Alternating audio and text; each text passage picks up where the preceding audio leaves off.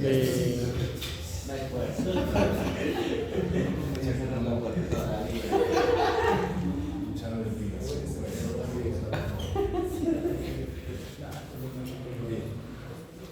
es una hernia?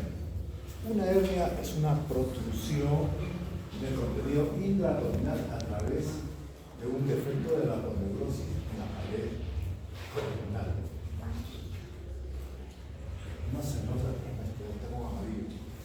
Entonces, pero más o menos lo voy a traducir.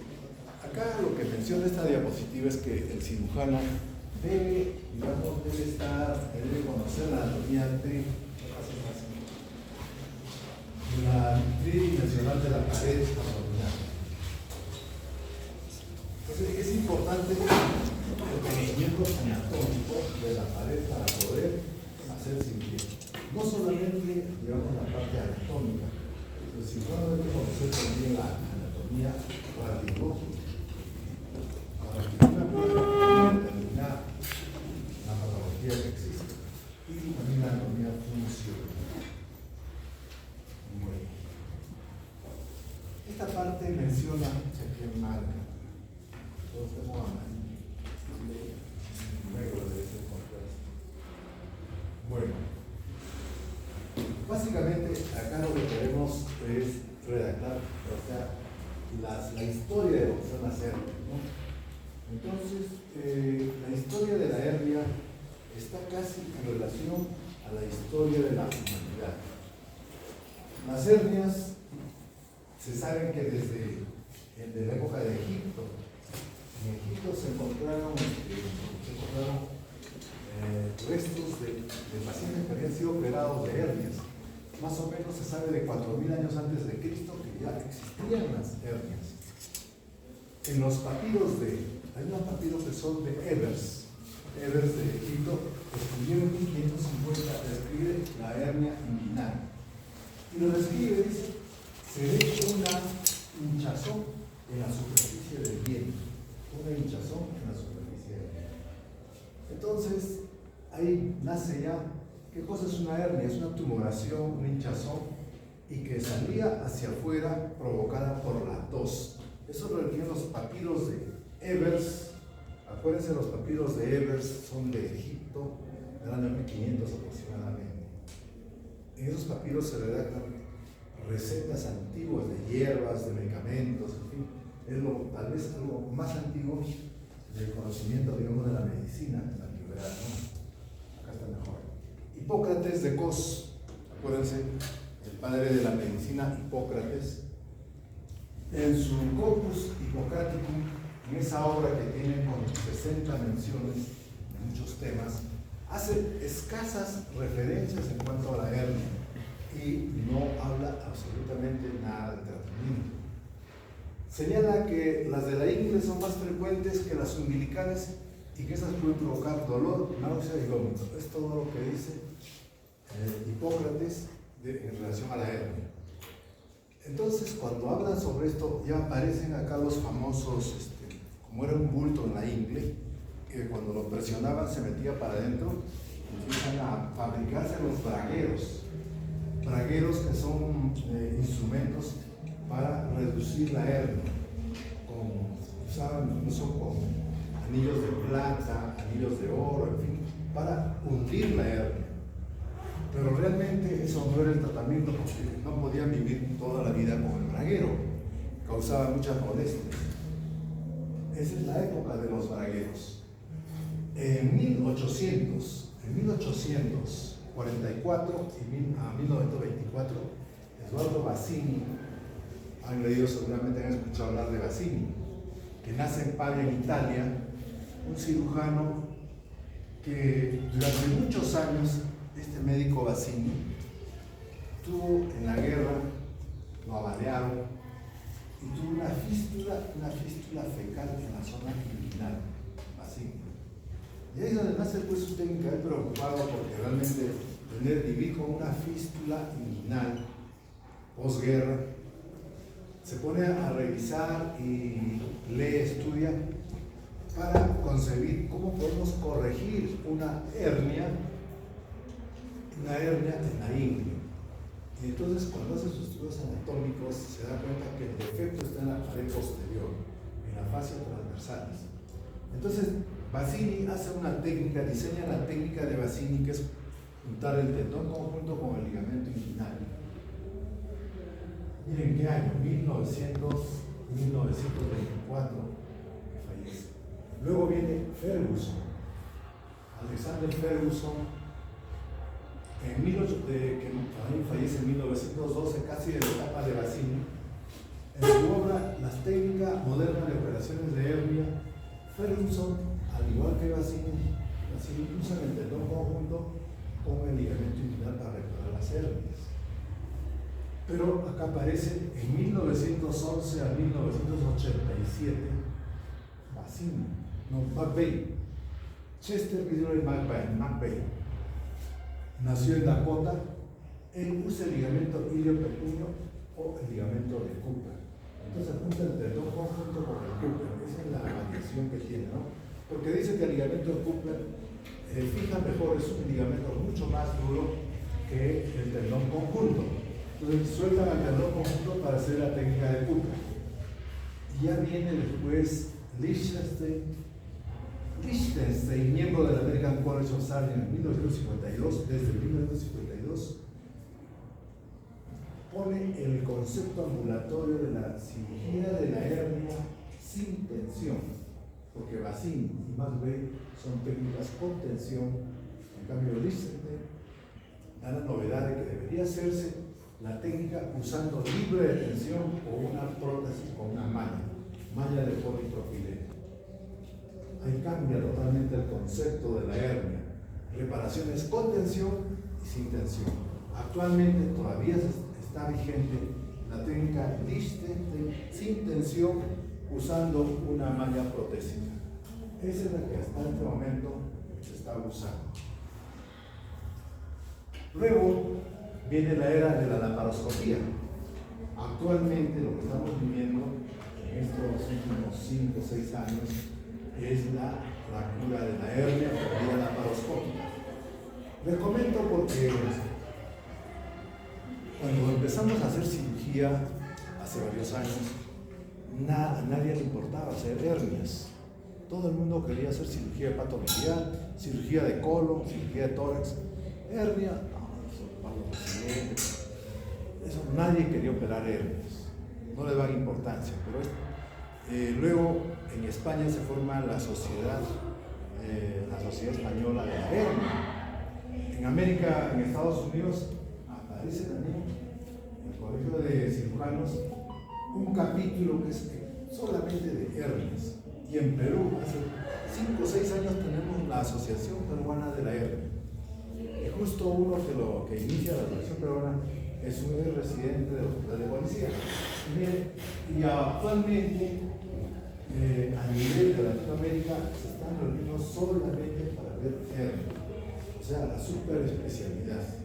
Especialistas solamente no operan otra cosa más que hernias inguinales, ¿no?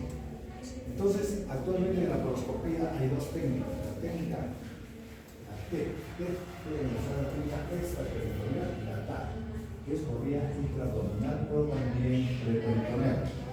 Particularmente, en resumen, después de todo lo que les he mencionado, nos quedamos con la técnica extraperitoneal, que es la T.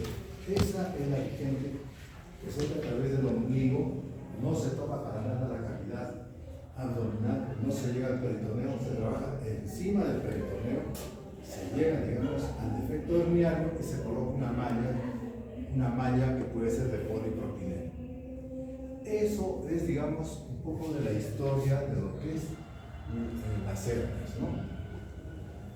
¿Por qué les pongo esta diapositiva? Ustedes van a ver ahí un esqueleto humano, que si ustedes se imaginan cada uno de nosotros, somos eso. Me ven aquí parado, pero en el fondo, si me quito toda mi cubierta, si me quito mi piel, mis músculos, todo, eso soy yo.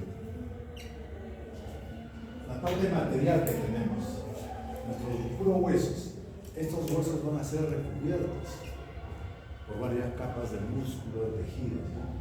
Como vemos acá. Pero finalmente vamos a llegar a esto, ¿no?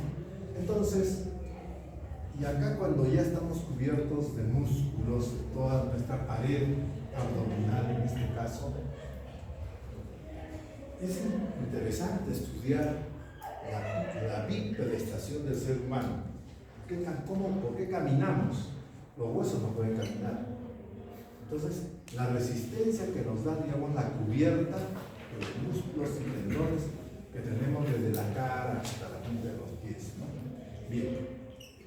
Entonces, esto tiene mucho que ver con las hernias.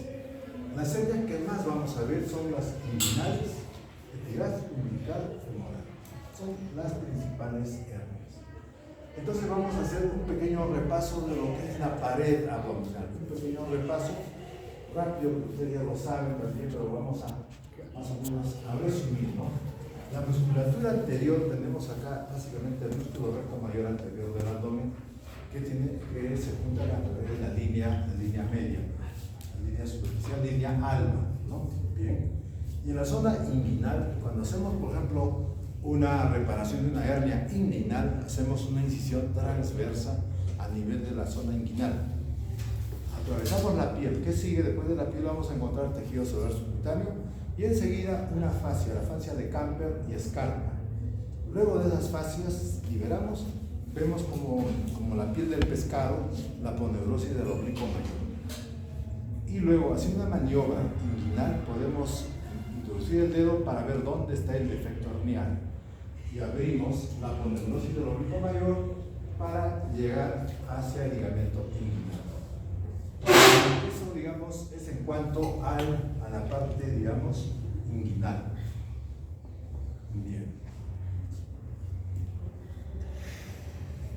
Entonces, ahora esta es una ya más completa, donde vamos a ver que el recto mayor, este músculo, que va desde la zona casi del tórax, tenemos acá la poneurosis del oblicuo externo, el oblicuo mayor, que es en este sentido, el oblicuo menor en otro sentido, y transverso, y por debajo está la fascia transversal, y el ligamento inguinal. No vamos a detenernos mucho en esto. Bueno, la hernia inguinal ya sabemos qué es. Vamos a avanzar un poco. Esta diapositiva sí vamos a desarrollarla un poquito, ¿no? Porque acá vamos a ver en hernia inguinal cuáles son los sitios débiles que tenemos en la zona inguinal. Acá tenemos un punto débil, acá tenemos los vasos epigástricos, acá tenemos la espina ilíaca anterosuperior y el tubérculo púbico, ¿correcto? Tenemos este anillo profundo y el anillo superficial, ¿correcto? Profundo, superficial, vasos epigástricos. Acá tenemos la línea conducto inguinal. Todo lo que está por encima de los vasos epigástricos se refiere a un defecto a nivel del anillo profundo que está en relación a la persistencia del conducto peritoneo vaginal. Esas hernias que aparecen a ese nivel son las hernias de tipo indirecto. Hernias indirectas que están en esta zona, ¿correcto? Indirectas. Si es que están por debajo de los vasos epigástricos en esta zona, son las llamadas, acá por ejemplo vamos a verlo mejor, son las, en el triángulo de Hesselbach, en este triángulo, son las hernias directas, porque salen directamente. En cambio, la otra viene indirectamente porque viene por persistencia del conducto peritoneo vaginal.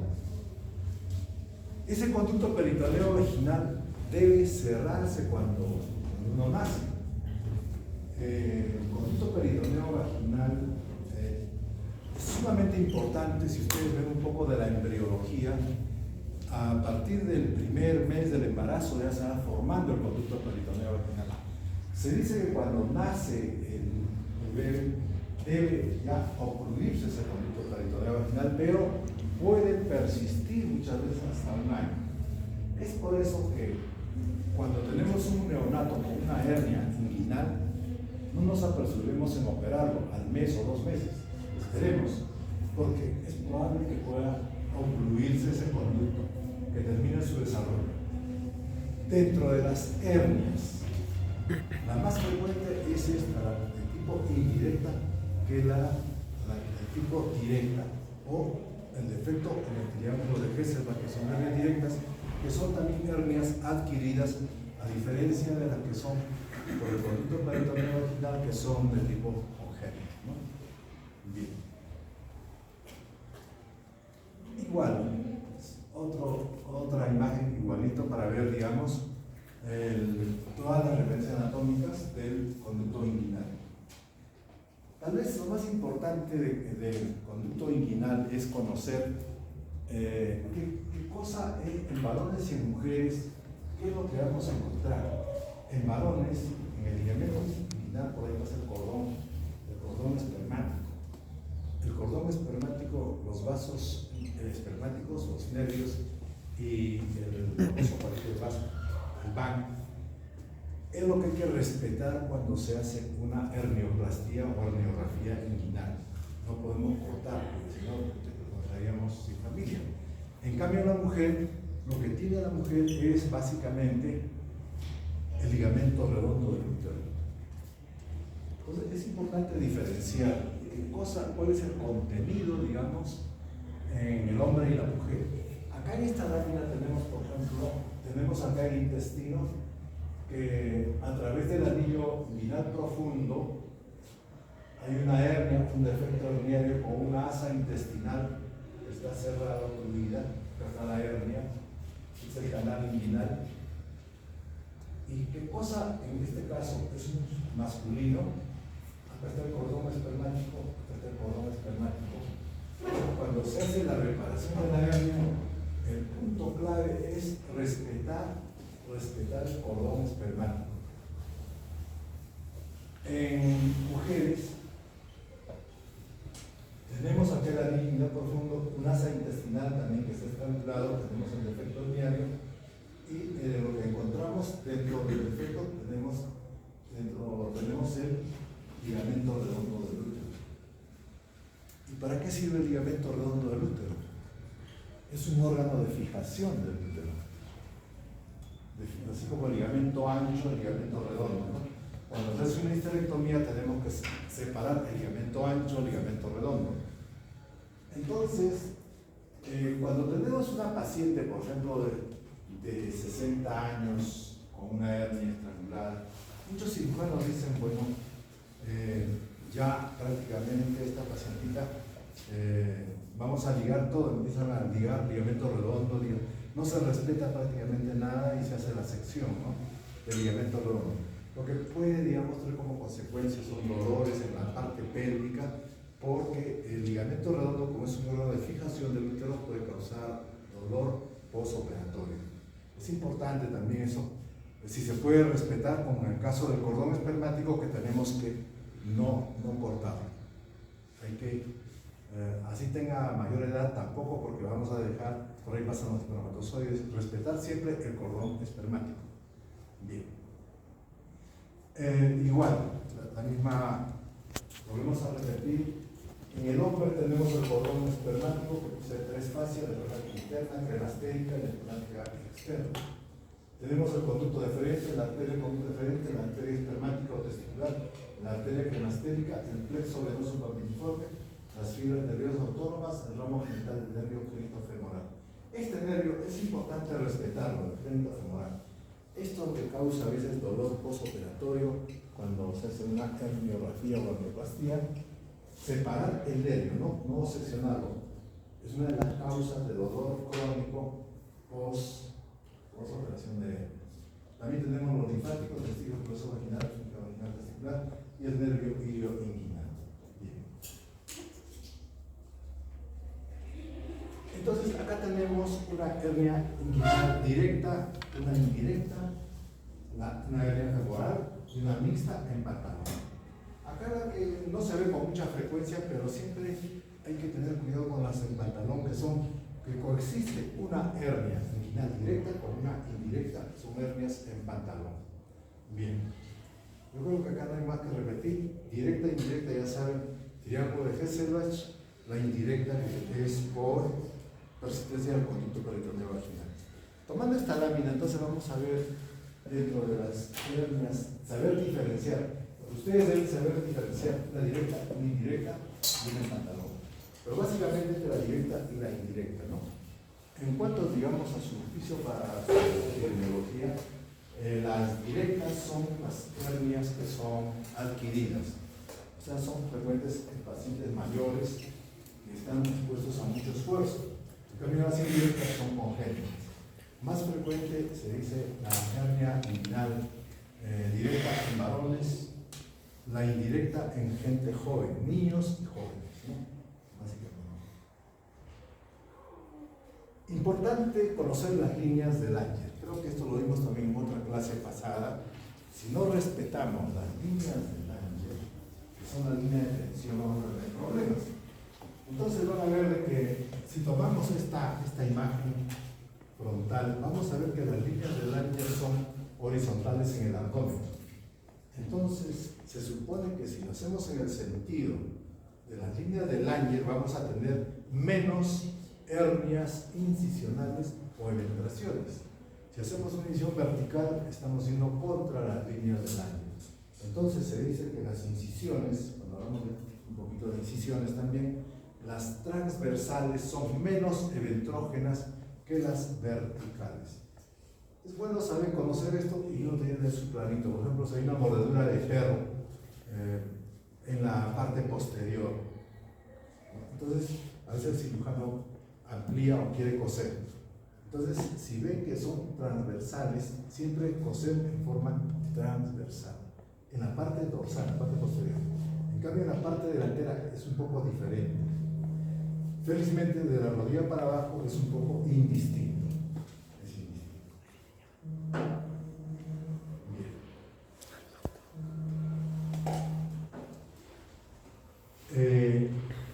Esta lámina la traje para más o menos también recordar que en Grecia ya sabían de lo que era una hernia, una protuberancia, una tumoración, esa era la definición.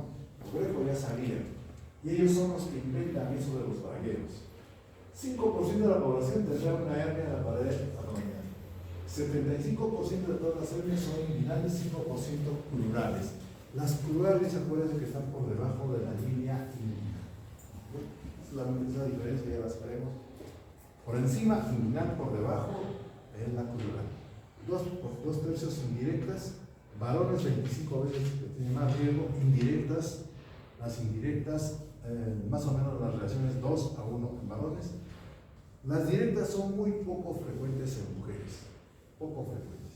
Más es en varones que levantan en los estibadores, que levantan peso, ¿no?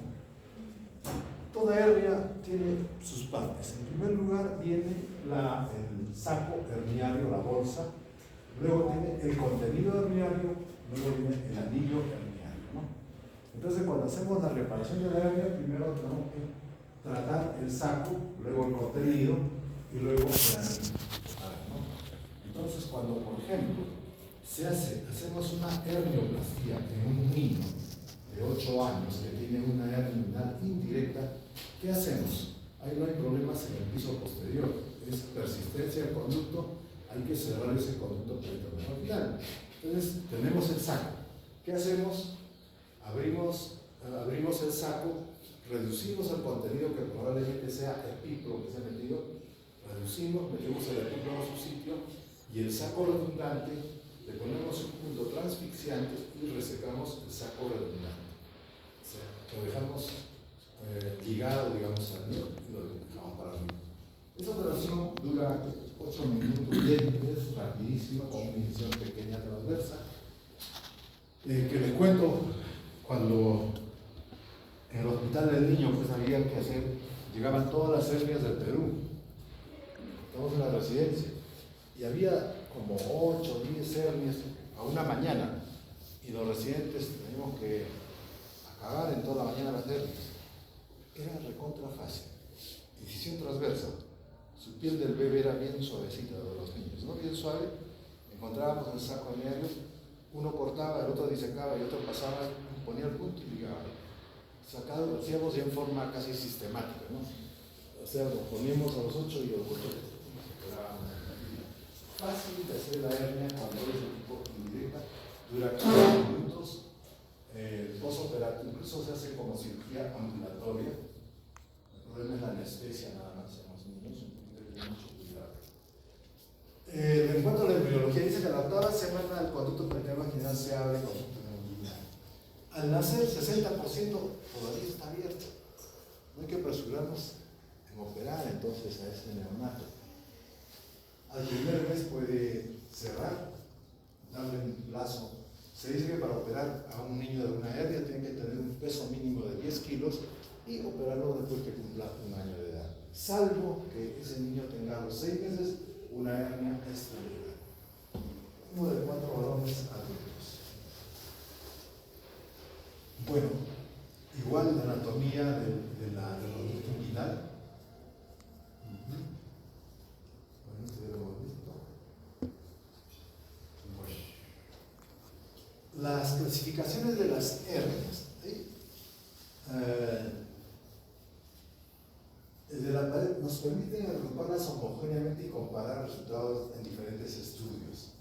Entonces, en 1991 NICUS describe una clasificación basada en criterios anátomo-funcionales del estado de la inguinal profundo y de la pared posterior, donde considera no solo los tipos anatómicos de la hernia, sino también aspectos clínicos como la recurrencia, y al reparar cada tipo de una forma diferente, aplica el criterio y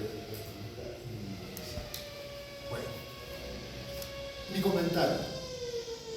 Como docente tengo la obligación después de haber vivido tantos años y de haber revisado todo, y haber pasado por todas las etapas de las hernias, que muchas veces la Asociación Española, por ejemplo, de la hernia, hay una Asociación Europea de la hernia que también están haciendo en este momento otra clasificación.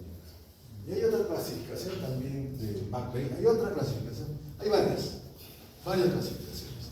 Entonces, al final, ¿no? ¿Qué significa esto cuando hay varias clasificaciones? Que no hay un consenso, no hay unidad de criterios. Pero con fines académicos vamos a clasificar diagnósticos que más o menos se adapta un poco a la realidad, que es bastante fácil y sencilla, ¿no? Un hijos 1 es cuando una hernia inguinal indirecta es pequeña o un anillo profundo normal. Un 2 o una hernia inguinal indirecta mediana con anillo profundo dilatado, sin daño de pared posterior ni desplazamiento de los vasos gástricos.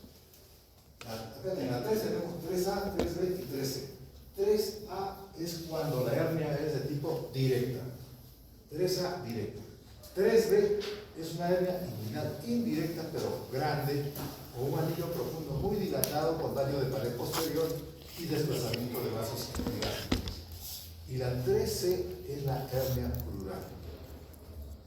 La hernia recurrente será en los ya operados, que es el tipo 4, que puede ser directa, indirecta, plural o puede ser combinada. Entonces, la que más vemos en pacientes, digamos, varones de 30, 40 años, es la 3B. Vemos hernias inguinales indirectas grandes con anillo profundo dilatado, con daño muchas veces de la pared posterior, por lo cual siempre tenemos que hacer una reparación de la pared posterior, o sea, de la fascia transversal. Posibles causas de la hernia inguinal.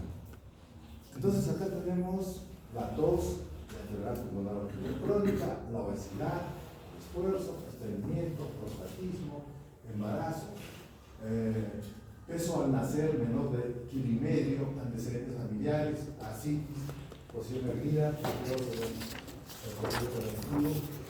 aneurisma arterial, tabaquismo. Lo que van a ver con mucha frecuencia es pacientes prostáticos. Paciente que viene con una hipertrofia benigna de próstata, que llega con una radiación urinaria aguda y tiene una hernia inguinal. La pregunta es, ¿quién opera primero? ¿El urólogo opera la próstata o el cirujano primero hace la hernioplastia? ¿Qué opinan? ¿Cuál sería primero? ¿Qué operar primero? ¿La próstata o la hernia? La próstata.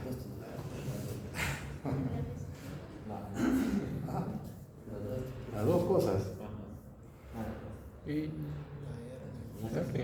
Recomiendo. Había un urólogo, el doctor Walter Reyes de acá, el urólogo falleció. Y con él hacíamos, él operaba la próstata y yo operaba la hernia, más simultánea las dos.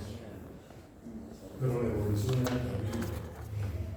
El dolor postoperatorio terrible, la literatura contraindicaba que cómo se debe hacer, como decíamos, o para no gastar mucho, porque acá no hay dinero para hacer próstata, entonces no era bueno. Sería lo ideal, ¿no? Operar ambas cosas. Pero lo que sí creo que está escrito es que primero se va a operar la próstata. Porque si lo operan en la hernia y el paciente sigue haciendo esfuerzo para orinar, otra vez va a recidivar la hernia.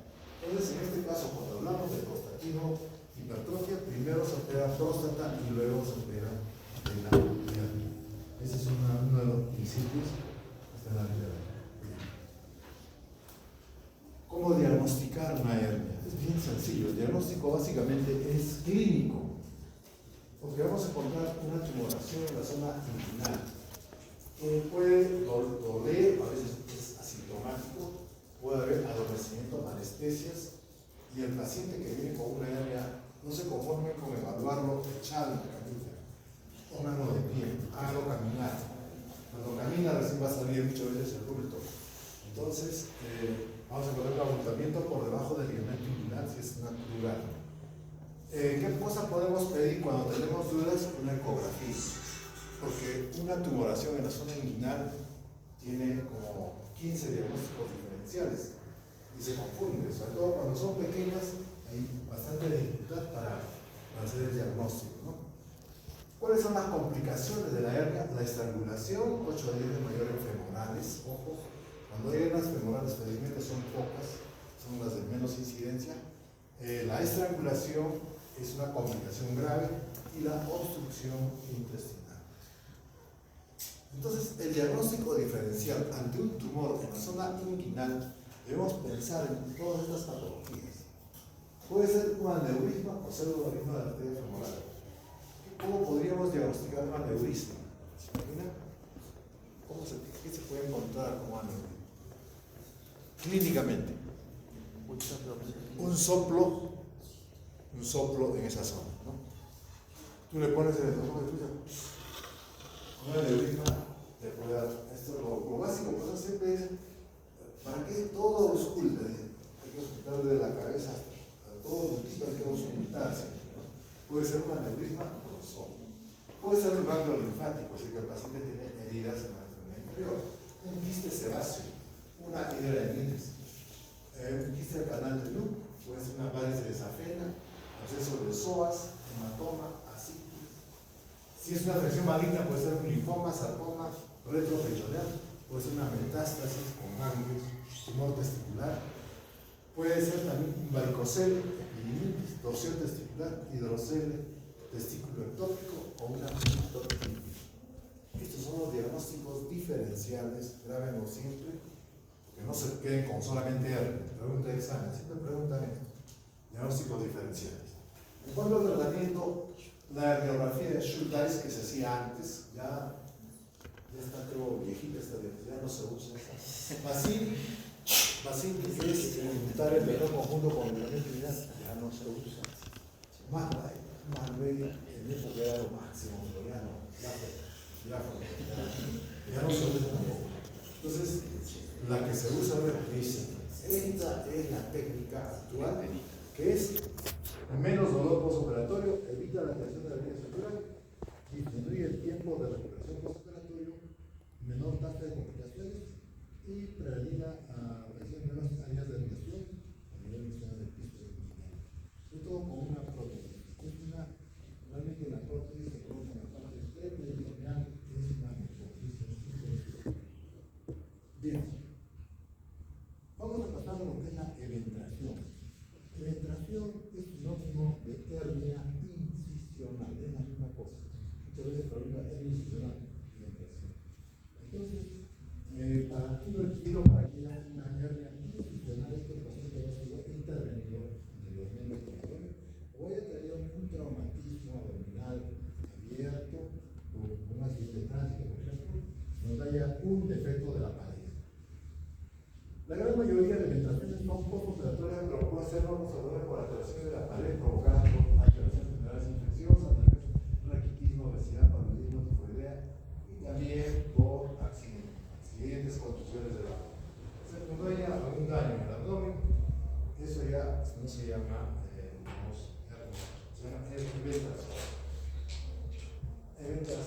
Factores de riesgo para la alimentación son aumento de la presión intraabdominal, la inestabilidad hemodinámica, la hipoproteinemia, cirugía de urgencia, infección de la vía respiratoria, anemia y los pacientes mayores de 60 años.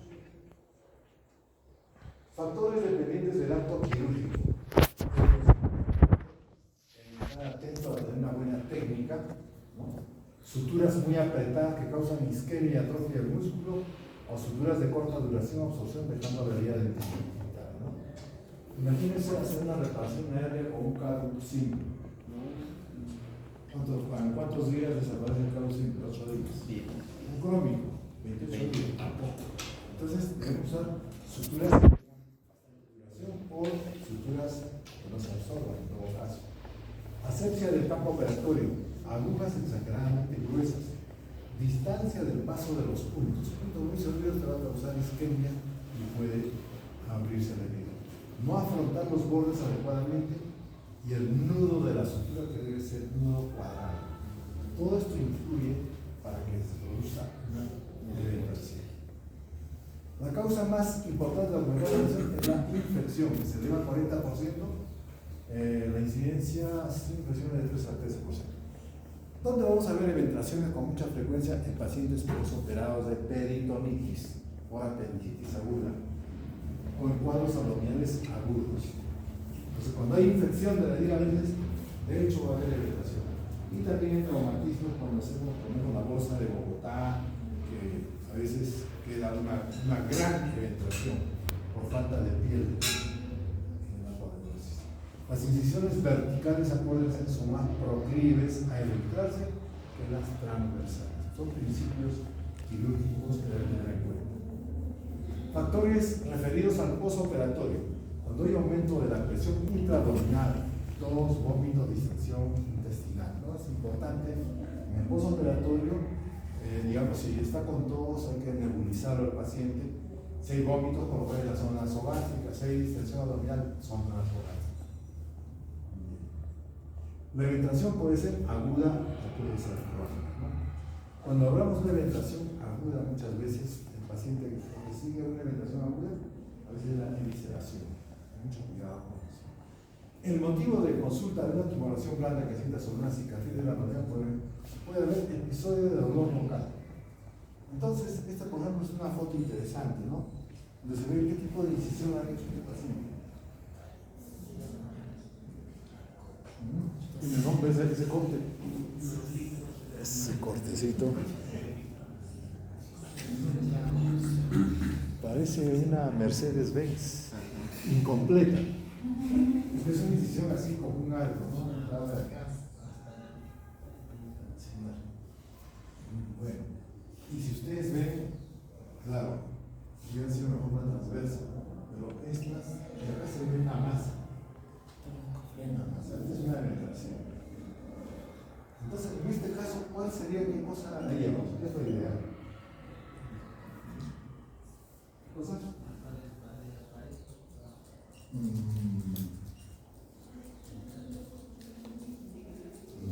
Hay que operarlo. Pero, ¿qué usamos? Este es un casito que les traigo a propósito, esta foto. Nos hace pensar, ¿por dónde entro para reparar esa eventación? ¿Con qué incisión entro? Con una transversa, por la misma incisión. ¿Cómo haría la reparación de esta hernia incisional? Es grande. Primero ver su estado nutricional de la paciente. ¿Cómo está la paciente? Es un poco gordita, es un poco obesa, ver su edad. Y acá lo ideal sería, si vamos a no tenemos mucha pared, vamos a tener que usar una malla de contacto visceral. Eso es lo que, sin malla de contacto visceral, esta paciente no va a ir bien. Si le ponemos malla de polipropilene, nunca colocar la malla de polipropilene dentro del abdomen en contacto con el intestino. Eso sí es un principio también. Nunca, jamás. Tiene que ser una malla de contacto visceral, en este caso, para que quede un poquito flojo, suelto, pero eso va a proteger que siga avanzando. Acá la reparación sería hacerle una reparación quirúrgica con malla de contacto visceral. no malla de polipropileno. Esa es acá, en este caso. Entonces, en el examen físico, el paciente de pie aumenta la presión intraabdominal, hay que hacerlo toser, luego lo echamos, ¿verdad? Si se reduce o no se reduce, examinar con maniobras suaves el anillo herniario, tamaño y características de los bordes. Si es una eventuación, por ejemplo, por una apendicitis pequeña, pues no es necesario colocar malla de contacto visceral. En ese caso, se coloca una malla de comunicación pericardial. Se acabó de decir. Esa sería la idea. Ahora, el tamaño del anillo. Me dice que una hernia es pequeña cuando el anillo es menor de 5 centímetros. De 5 a 10, mediana, mayor de 10 es una gran eventuación. Acá hemos visto en la foto, tenía más o menos 20, una gran eventuación. Por ejemplo, esta ya es una gran eventuación, ¿no? Ya está línea media, ¿no? Entonces, en este caso, también, a ver, entrar por la línea media, ver, lo que importa no es tanto esto, porque puede tener un anillo pequeño, todo construye por ese anillo pequeño. Lo más importante es el tamaño del anillo, porque la malla va a tapar el anillo, no va a tapar todo esto, sino el anillo. Y nunca debe estar tan pegado al anillo, sino siempre dejar un buen margen para que cierre bien el anillo. En este caso, si el anillo es grande, más de 10, hay que poner malla de contacto visceral. Acá post preparación. Diagnóstico. Tumoración blanca situada ante una cicatriz operatoria que protruye con esfuerzos. Hay que hacer estudios imagenológicos, una ecografía, dependiendo, aunque es el diagnóstico clínico básicamente. El tratamiento de las eventuaciones es quirúrgico y su objetivo es revertir los síntomas y prevenir complicaciones, sobre todo la estrangulación. Es una de las peores complicaciones de una eventuación. Cuando es pequeña, una eventuación pequeñita, a veces tenemos eventuaciones post cirugía de vesícula vía condición de Kocher, que un punto volado por acá y tiene una tumoración pequeña, menos de 5. Entonces, en ese caso, se hace solamente una eventografía. Abrimos, encontramos el defecto y le hacemos con puntos separados, usamos material no absorbible, nylon 1, y con una eventografía se soluciona el problema. Cuando son más grandes, eventroplastía. Grafía es coser, plastía cuando se coloca ya una prótesis. En este caso, cuando es grande, ya saben, la malla de contacto visceral. El abordaje médico es convencional, cirugía abierta. Podría ser que hemos hecho laparoscópicas en hernias grandes cuando estamos seguros del tamaño del anillo y tenemos malla de contacto visceral. Va muy bien, porque entramos por el ombligo y desenrollamos por dentro la malla y cerramos el orificio, reduciendo todo el contenido. Y se fija con taques, son como gafas que se fijan la malla.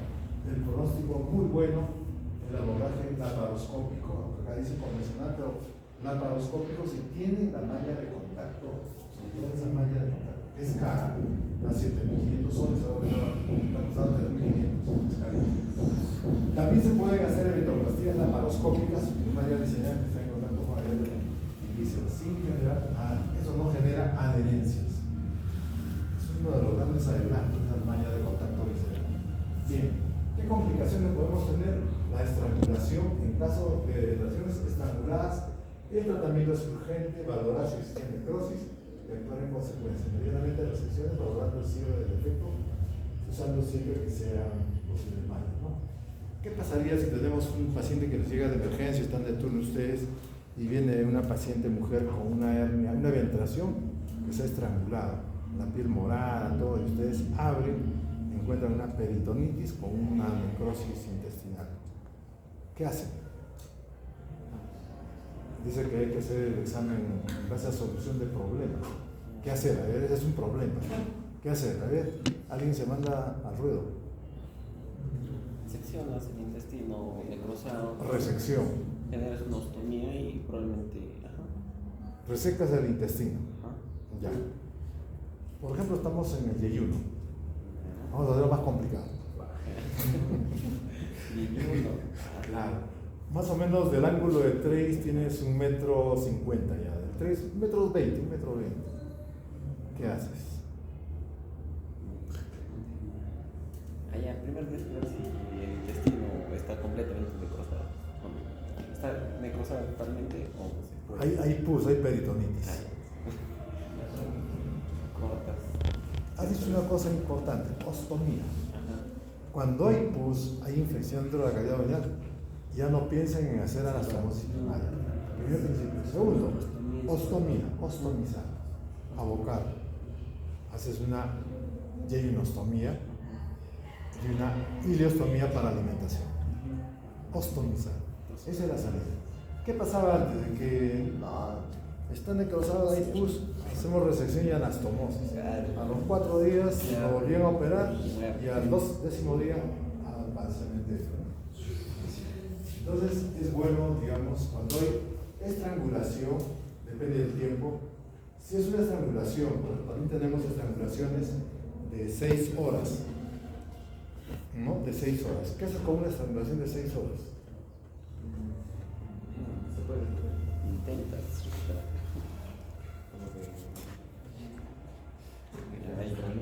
Exacto, es una historia interesante, ¿no?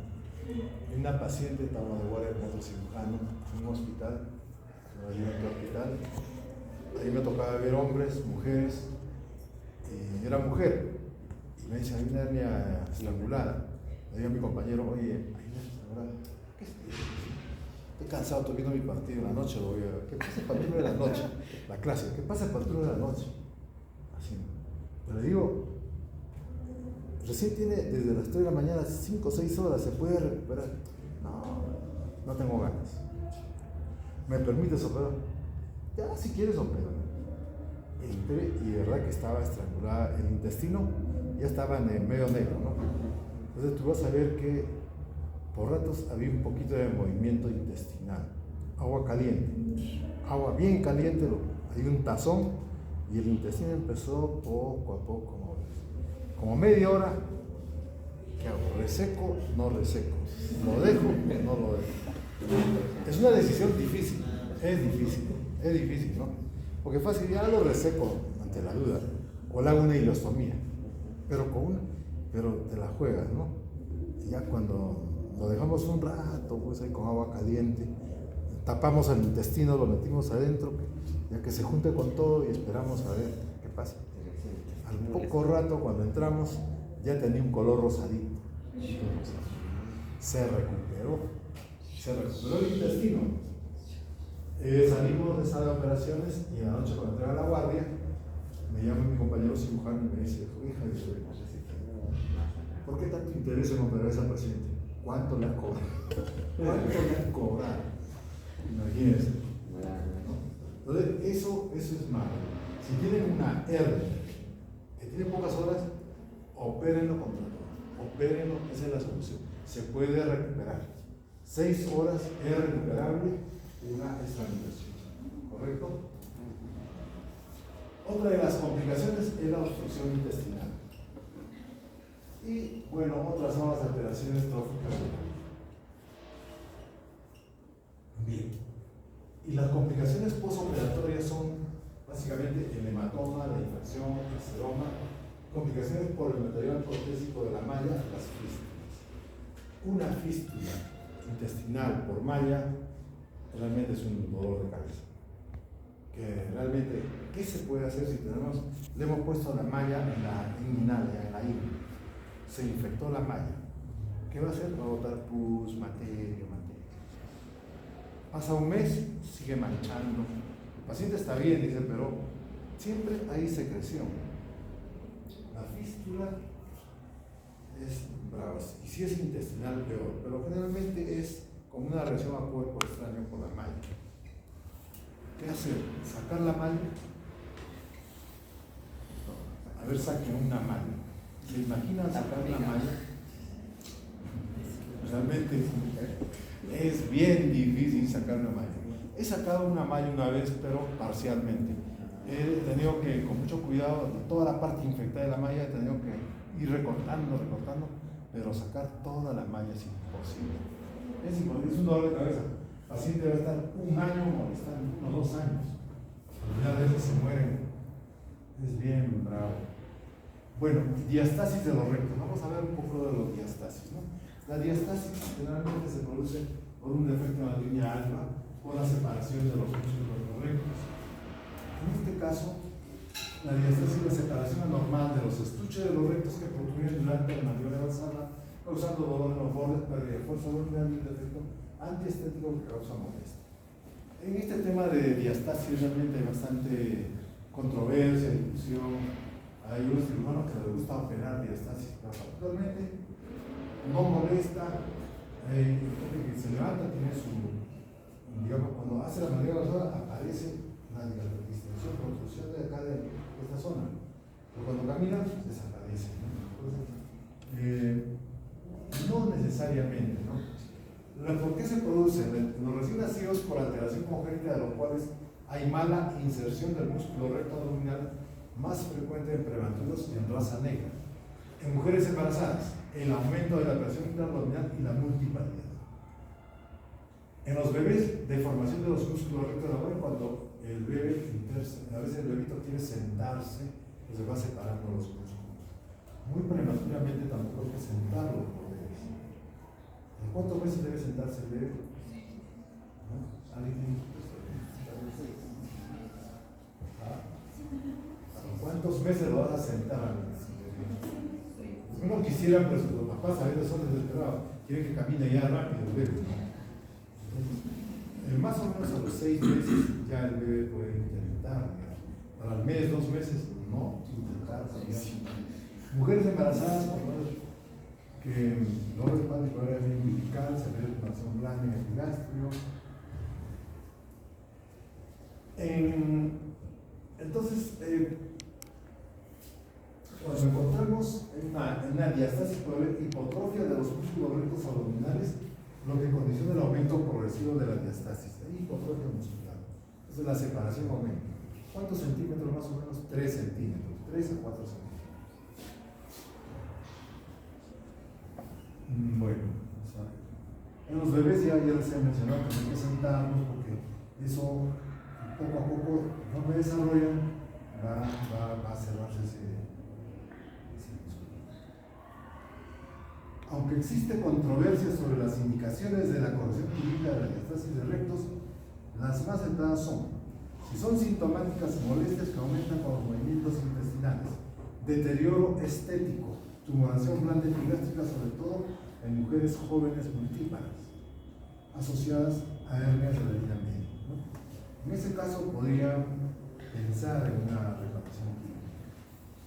Bueno, y finalmente más o menos tenemos esta clasificación de Najas, que es una clasificación entre la etiología y la corrección de acuerdo a la diastasis que encontramos. Tipo A, cuando son diastasis de rectos secundarios al embarazo, aplicatura de la vaina anterior de los rectos. ¿Cómo se hace la aplicatura? Se hace una incisión mediana, acá tenemos el estuche que está separado, se abre el estuche, el anterior, los estuches anteriores se aplica, o sea, se pega. Se hace una sutura después de conjuntos separados de la primera capa de la poneurosis, y luego los músculos, posteriormente con una aplicatura de la parte posterior. Es una aplicatura de la vaina de los rectos. En realidad, particularmente no me agrada mucho esa técnica. Tipo B, la actitud musculoponeurótica tras la posición de la diastasis, aplicatura de la vaina anterior de los rectos y de la poneurosis posterior. Cuando son congénitos, medialización de los músculos rectos. A veces se puede, digamos, con métodos no quirúrgicos se podría, digamos, corregir, sobre todo cuando son congénitas. Definición pobre, el tipo de, cuando son obesos, se puede hacer una aplicatura del vaina anterior de los rectos y medialización de la poneurosis de los oblicuos externos. Coger los oblicuos, son eso. Bueno, realmente esta clasificación es bastante teórica. En la práctica, la incidencia de operaciones por diastasis de rectos es muy baja, muy baja. En estos últimos años, 1 o 2 pacientes, en los últimos 20 años, 2 pacientes operados de diastasis.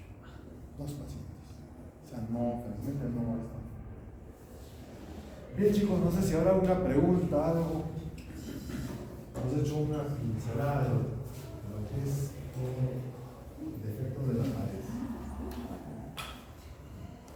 Y